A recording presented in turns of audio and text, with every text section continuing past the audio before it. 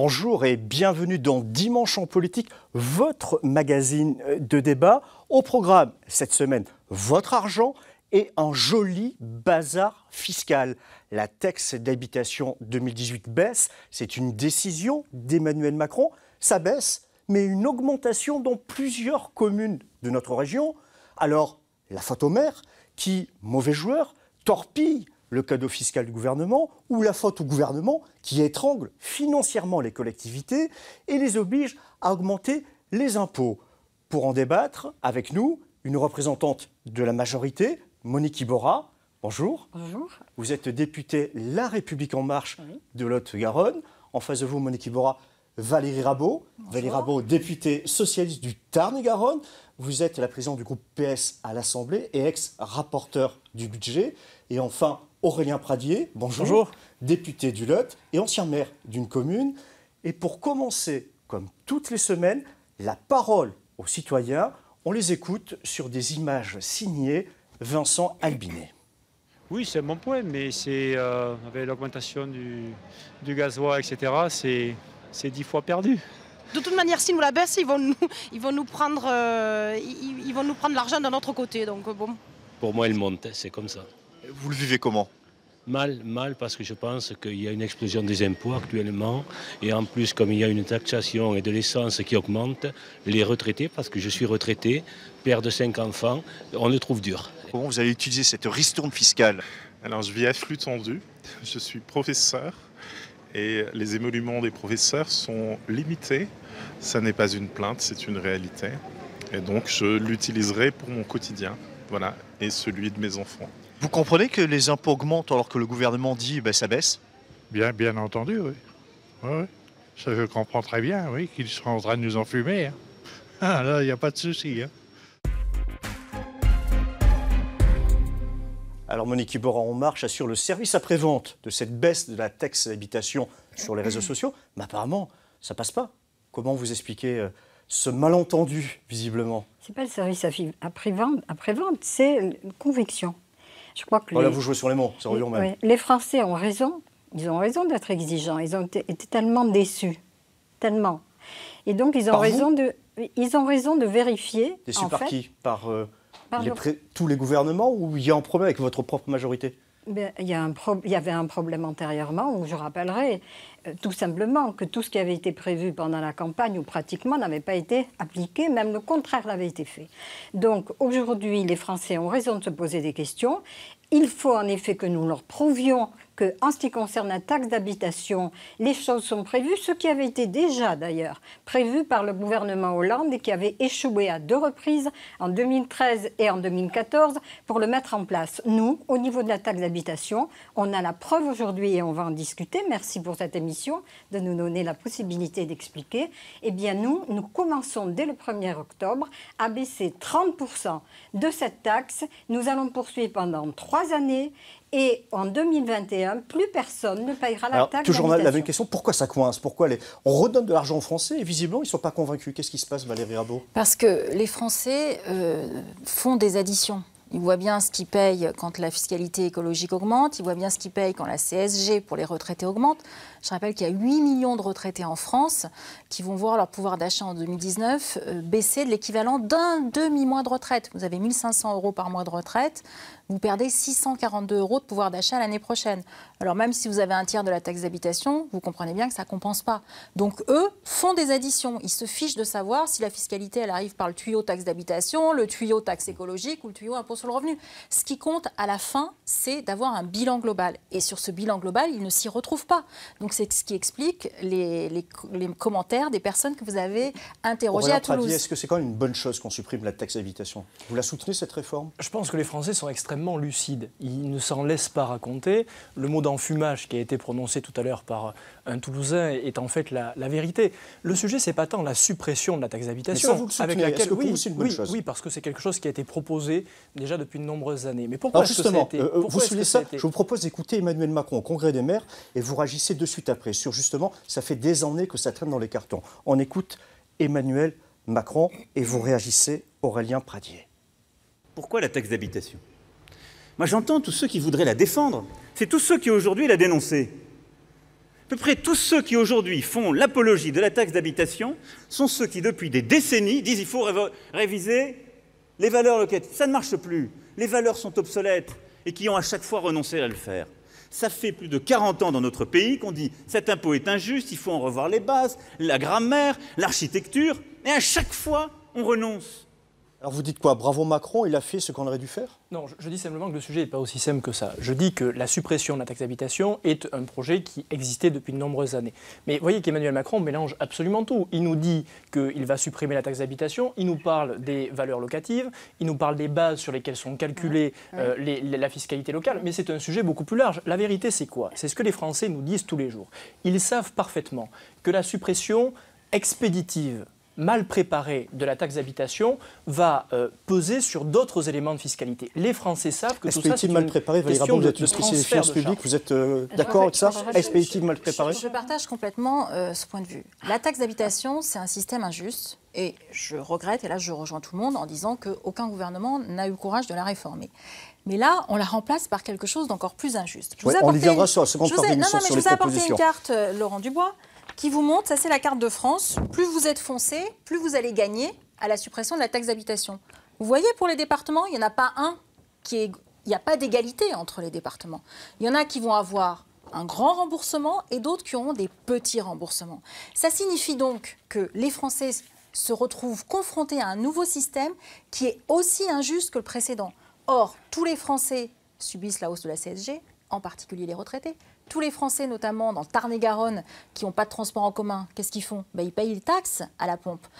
Tout ça, ça s'additionne. Pour autant, les remboursements de taxes d'habitation seront très diversifiés selon les départements. Mais pour revenir à 2018, ça continue à augmenter en certaines communes. Est-ce que vous le comprenez? Certains contribuables ont eu cette surprise de se dire on dit partout ça baisse, et bien moi ça augmente. Je voudrais répondre à Valérie Rabault, si vous le permettez, sur l'injustice. La taxe d'habitation, aujourd'hui, tout le monde le reconnaît, ne peut pas être plus injuste qu'elle l'est aujourd'hui. Simplement, je vais vous donner 3 exemples pris au hasard. La Haute-Garonne, à partir de 2020, 75% des foyers seront exonérés. Le Tarn-et-Garonne, au hasard, 86% des foyers fiscaux seront exonérés. Monique Lebrun, ça, c'est pas ma question. Ma question, c'est que là, pour 2018, ça commence à augmenter. Alors, comment vous expliquez ça? C'est pas le sujet. Vous avez une capacité. Le Lot, 84%. Je connais parfaitement les chiffres. Ce que vous oubliez de dire est faux. Ce que vous oubliez de dire, Madame Bora. Votre carte. Je veux bien que vous ayez raison sur tout, mais cette carte-là, elle émane de vos services. Des services. Mais si, elle émane de moi, j'ai la carte de la région Occitanie. Mais Madame Bora, c'est 88%. Encore une fois, on va avancer dans le débat. On va avancer dans le débat. Vous direz ça à vos amis. Vous direz ça à vos amis. On reviendra sur ce sujet dans la seconde partie de l'émission. La première, c'est d'abord, vous, en tant que député à majorité, ça vous agace de voir des maires qui augmentent les impôts alors que vous avez comme argument que ça... La question n'est pas celle-ci. À Toulouse, les impôts, la taxe d'habitation est augmentée de 30% en 2015. Donc, Toulouse bénéficie de cette suppression, sera remboursée à hauteur de cette augmentation. Les maires qui ont fait attention... Non, c'est 2017. Vous savez que l'année de référence est 2017. Mais Madame Iborra, je pas 2018. Mais je ne vous ai pas jamais parlé de 2018. Je vous ai jamais parlé de 2018. Je vous ai dit en 2015, il a augmenté. Mais laissez-moi finir. Laissez finir Valérie Rabault, parce que sinon on ne va pas avancer. On va être plus discipliné qu'à l'Assemblée. Ça va être compliqué, mais on va y arriver. Les maires qui ont beaucoup augmenté la taxe d'habitation avant vont être plus remboursés que ceux qui ont fait attention à ne pas l'augmenter avant. Avant, c'est 2015, avant 2016. Oui, la référence, c'est 2017. Mais ça ne change rien, Madame Iborra. En tout cas, il y a une constante. Ne faites pas semblant de ne pas comprendre. Je dis juste que c'est un peu la prime à ceux qui ont beaucoup augmenté la taxe d'habitation avant. Donc vous comprenez bien que d'un point de vue presque moral, il y a une forme d'injustice à cette réforme. Excusez-moi, une seconde. Ce qui est sûr, c'est qu'il y a une constante, c'est progressivement et depuis des années, la baisse des dotations de l'État. Et on va justement prendre la direction de 2 communes de la région toulousaine, dans lesquelles on va voir comment ce régime sec s'est traduit dans la fiscalité locale. Un reportage qui est signé Marie Martin. Ramonville-Saint-Agne, dans l'agglomération toulousaine. 14 400 habitants, de la mixité sociale, des emplois, 5 écoles, des équipements sportifs et culturels au niveau. Avec la baisse des dotations de l'État, Ramonville a perdu plus d'1 million d'euros. La ville a alors choisi d'augmenter progressivement les impôts locaux, de plus 1,5% en 2014 à plus 4,5% cette année. Le choix que nous avons fait était de maintenir les services publics sur la collectivité, avec une priorité, l'éducation en direction des jeunes, autour d'une notion de coéducation. Et donc à partir de là, notre volonté a été de dire nous faisons des économies sans supprimer les services publics, parce que si les Ramonvillois viennent sur Ramonville, c'est pour les services que l'on offre. Et dans le même temps, nous allons avoir une trajectoire budgétaire avec une progression de la fiscalité au fur et à mesure des années. Et donc on a annoncé dès 2014 pour l'ensemble du mandat. Dans la commune voisine de Castanet-Tolosan, la municipalité a opté pour une trajectoire radicalement différente. La perte de 2 millions d'euros de dotation de l'État a été compensée de deux façons. La cession de terrains communaux à des investisseurs immobiliers et par conséquent l'accueil de nouveaux contribuables. Résultat, la taxe d'habitation baisse depuis 2 ans. Non seulement on ne l'a pas augmenté, mais en plus on l'a baissé de 24,5% cette année pour tous les ménages castanéens. Comment c'est possible ? Alors c'est possible par une recomposition de la fiscalité locale. On augmente le foncier d'un côté, on baisse la taxe d'habitation de l'autre, ce qui fait que le propriétaire occupant se retrouve avec une neutralisation. L'augmentation est compensée par la baisse. En revanche, les 57% de ménages qui sont que locataires sur notre territoire communal bénéficient de cette baisse. Mais le cas de Castanet-Tolosan fait figure d'exception dans l'agglomération. Partout ailleurs, un effort a été demandé aux contribuables, principalement en début de mandat, suivi d'une certaine stabilisation en 2018.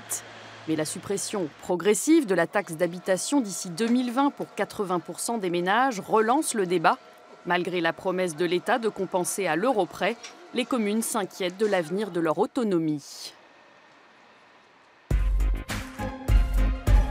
Alors, vous voulez préciser qu'il n'y a pas de baisse de dotation de l'État, si j'ai bien compris. Écoutez, ne parlez pas à ma place, Laurent. Alors, je ne parle pas en place, quand je vous donne la parole. Merci. Donc, j'aurais très bien beaucoup. pu aussi continuer à avancer sans faire un retour en arrière. Merci beaucoup, vous êtes très aimable. Il n'y a pas de quoi. Donc, dans ce qui nous est proposé, là, dans votre reportage, il y a des confusions. On parle de la baisse de l'État. Il aurait fallu préciser en quelle année. En quelle année il y a eu des baisses. On a compris, vous ne voulez pas que ça tombe à l'époque Macron. Non, mais je vous en prie, écoutez, laissez-moi dire la réalité, c'est l'époque. Non, mais je vous laisse dire, Hollande, mais on devine. 11 milliards de baisse de dotation. Ce qui s'est passé avec Macron. Nous n'avons pas baissé, nous n'avons baissé aucune dotation. Au contraire, on a demandé, je termine et puis je vous laisserai parler, je promets. On a demandé aux collectivités locales, à 233 collectivités les plus importantes, les métropoles, les communautés d'agglomération, les régions, les départements, de contractualiser avec l'État. Vous savez combien, aujourd'hui, il y a de contractualisation au niveau national? 70%. Non, mais j'arrive sur le détail. Ibarra, on n'est pas là une conférence de presse. Le sujet, c'était l'évolution de la fiscalité et la suppression de la taxe d'habitation. En Occitanie, sur les conseils de la présidente de région, seuls 4 départements ont signé et les 2 métropoles. Je repose la question. Et je réponds à votre question. La suppression de la taxe d'habitation, est-ce que ça va encore augmenter les difficultés pour les communes? Comment ça va se passer dans l'avenir? Bien sûr que non, puisque c'est l'État qui se substitue, et il y a eu déjà des versements que je peux citer, c'est l'État qui se substitue directement, ça s'appelle du dégrèvement. Mais personne. Et c'est fait, ça a déjà commencé en début d'année, ça a été fait au mois de Ça a été fait au mois de juillet et ce sera fait en début d'année. Donc, pour la première fois, cette formule du dégrèvement fait que... Vous allez me répondre. Ce que vous dites n'est pas juste. Oui, mais si vous me laissez répondre, parce que jusque-là, vous avez un petit peu de mal à le faire. Fait que il n'y a pas de baisse de dotation sur la taxe d'habitation des collectivités locales. Permettez que je vous apporte la contradiction. Deux choses qui me paraissent importantes. D'abord, vous avez une capacité à vous indigner qui est à géométrie variable. Vous vous indignez, ou plutôt vous considérez extrêmement positif qu'une mesure injuste, celle de la taxe d'habitation, soit supprimée, mais ça ne vous pose pas de problème qu'une mesure tout aussi injuste, qui est celle de l'augmentation de la fiscalité sur des carburants, soit mise en place. On va en parler tout à l'heure. Deuxièmement, je voudrais vous dire qu'il serait bon que vous ne soyez pas aussi dur avec vos anciens amis socialistes. auquel vous avez largement contribué. Et soyons précis sur les dotations de l'État aux collectivités. Les dotations de l'État aux collectivités baissent. Je vais vous donner un exemple très simple. L'examen du budget actuel sur la mission collectivité locale, c'est-à-dire tous les moyens de l'État aux collectivités locales, moins 228 millions d'euros. Ce n'est pas le Moyen-Âge, c'est l'ère Macron aujourd'hui. On nous dit que les dotations sont gelées. Oui, la baisse des dotations, ou plutôt les dotations sont gelées, sauf que l'inflation est entre 1,7 et un peu plus de 2%. Donc quand vous avez une inflation à 1,7 et 2%, vous avez une baisse de la dotation. Et enfin, je voudrais ajouter un point important.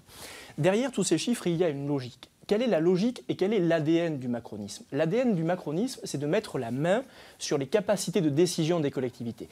La contractualisation que vous évoquiez tout à l'heure, elle est tout à fait scandaleuse et je comprends que les collectivités aient refusé de signer un document dans lequel... du débat parce que ça impacte les dotations. Qu'est-ce qui se passe pour les maires qui nous occupent, je termine sur ce point. Qu'est-ce qui se passe une fois que la taxe d'habitation est supprimée? Les dotations baissent en vérité, sauf que parfois le gouvernement leur propose de maintenir leurs dotations, de les voir augmenter à la condition qu'elles-mêmes, collectivités, elles se fassent harakiri sur leur budget. Alors Valérie Rabault, soyez gentil, soyez plus discipliné que vos camarades.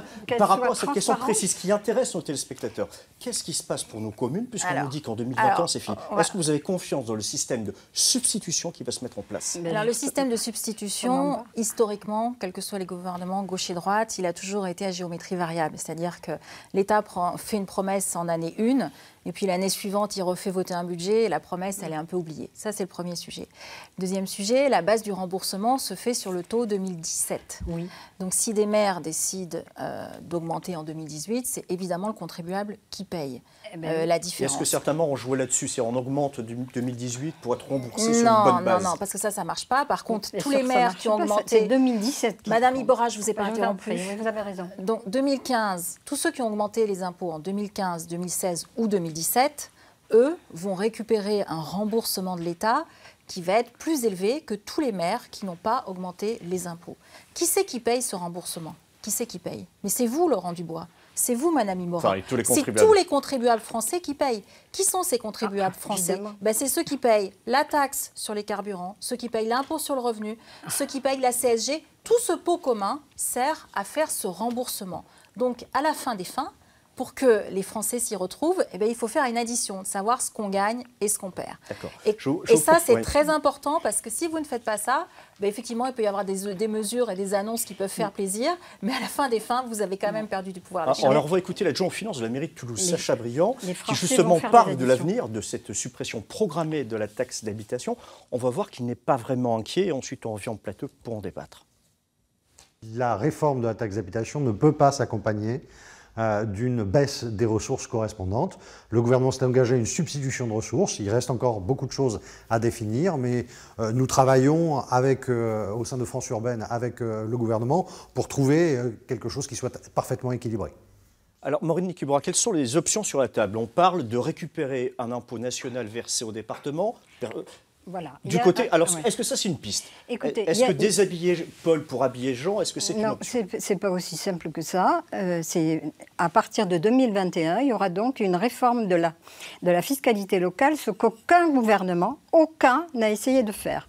Il y a un rapport qui a été rendu par un rapport dont les deux missionnés sont M. Bure et M. Richard, qui ont fait un certain nombre de propositions, qui sont des propositions qui font qu'à la fin, aucune des collectivités locales, les régions ne sont pas concernées sur le sujet, aucune des collectivités locales, que ce soit département, que ce soit communauté d'agglométropole ou bien communes, ne seront pénalisées, mais ceci est en discussion aujourd'hui. D'accord. Et où nous en sommes de cette discussion? Alors, le rapport Richard Bure dit qu'il faut trouver 10 milliards.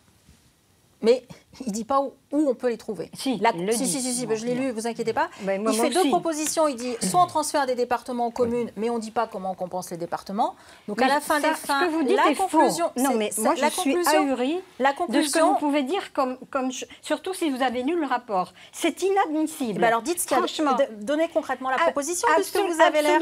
Allez-y, on vous écoute. Absolument. Il s'agit donc de prendre au département la taxe sur le non-bâti, la faire passer au... Et sur la question de compensation que Et donc les départements, vous les compensez comment?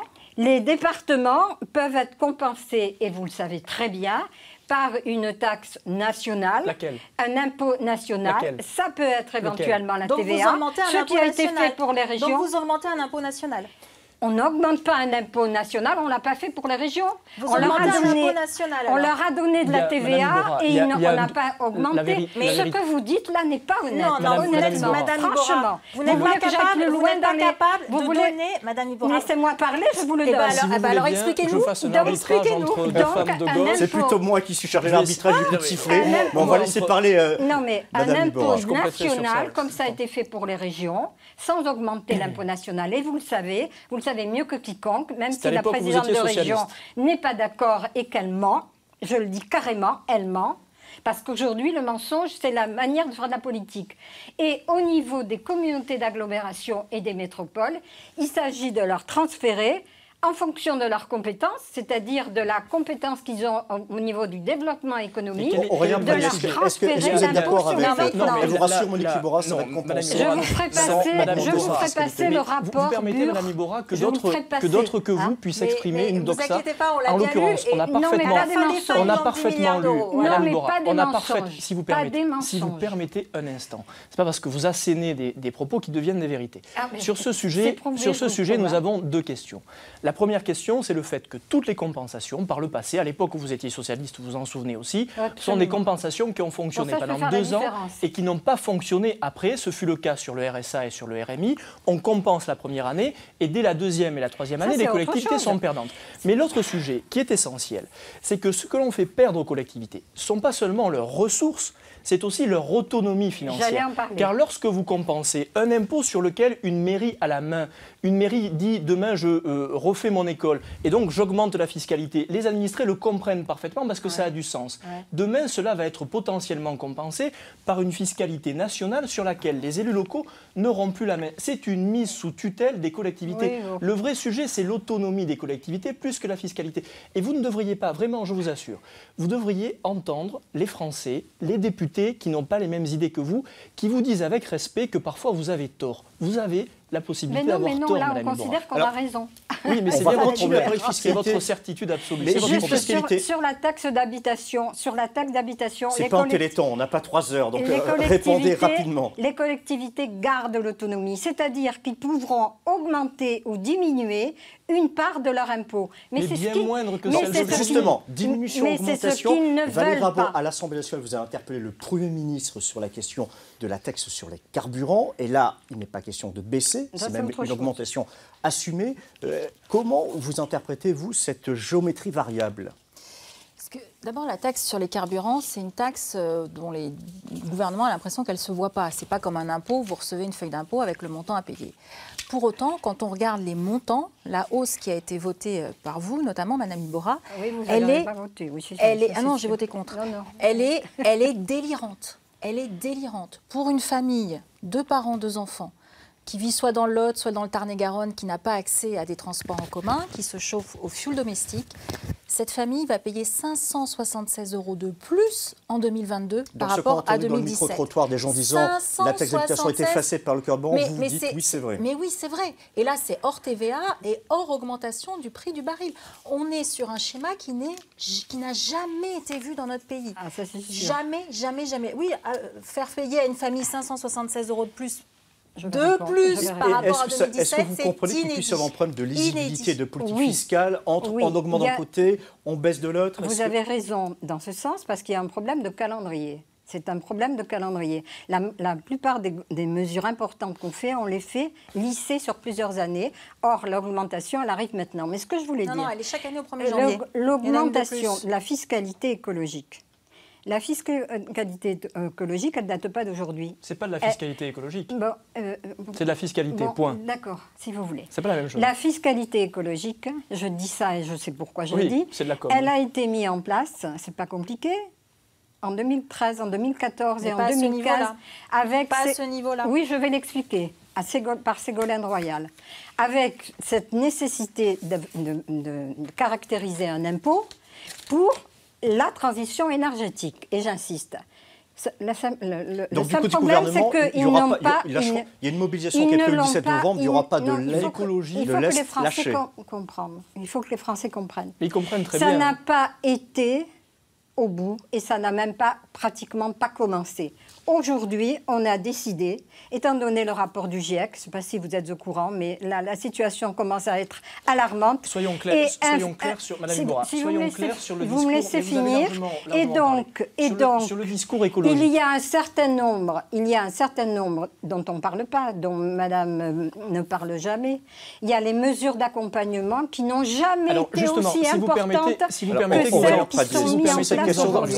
On va être très clair. Aujourd'hui, cette mesure de surtaxation est d'une injustice pure. Pourquoi? Parce que lorsque vous êtes à Paris, vous pouvez vous permettre de bénéficier du plan vélo de M. de Rugy. Mais lorsque vous êtes dans le Lot ou dans le Tarn-et-Garonne, vous ne prenez pas votre vélo pour aller au boulot le matin et le soir. L'autre injustice, c'est que la mesure de surtaxation, elle s'applique au 1er janvier. Or, d'ici le 1er janvier, nous n'aurons pas dans notre pays développé toutes les solutions qui permettent une alternative au diesel. Et puis enfin, soyons très clairs, 50 milliards de ressources supplémentaires du fait de cette surtaxation de l'État. La moitié payée par les entreprises. 50 milliards pour le contribuable, seulement un cinquième de ces 50 milliards vont financer l'écologie. C'est un bobard éhonté que de nous dire que c'est une fiscalité. Rapidement parce qu'on on est sur la réserve du réservoir de temps cette fois-ci. Je voulais que vos téléspectateurs voient ce que Mme Iborra a voté comme hausse de taxes pour cette famille. Vous voyez, ça c'est 2012-2017 et ça c'est 2017-2022. 1 400 € pour cette famille, 2 parents, 2 enfants, qui vit à la campagne et qui n'a pas accès au transport en commun. Ça c'est votre vote, Mme Iborra. Il faut que vous l'assumiez. Mais je l'assume. Et vous comprenez bien que... Moi, j'ai l'habitude. Après cette opération de transparence, il va falloir malheureusement. Vous comprenez bien que récupérer 200 € de taxes d'habitation quand on paye 1 400 € de taxes écologiques, c'est là. Ma démonstration. Ma démonstration, elle est factuelle. Ça y est, là on est vraiment sur le rouge, je suis désolé. C'est la fin. C'est la fin de ce débat, vous avez pu voir qu'il est plein de décibels. Vous n'aimez pas les chiffres, pour attendre la semaine prochaine, s'il vous plaît. Ils disent la vérité. Mais j'adore la vérité. On va raccrocher l'antenne, c'est la fin du débat. Alors pour attendre la semaine prochaine, évidemment, vous pouvez consulter sans modération aucune notre blog politique. À dimanche prochain, avec un grand retour, celui de Patrick Noviello. Profitez bien de votre dimanche. Alors, je vous annonce du soleil. Profitez-en pour mettre un petit peu le nez dehors. Bonne semaine et à très bientôt.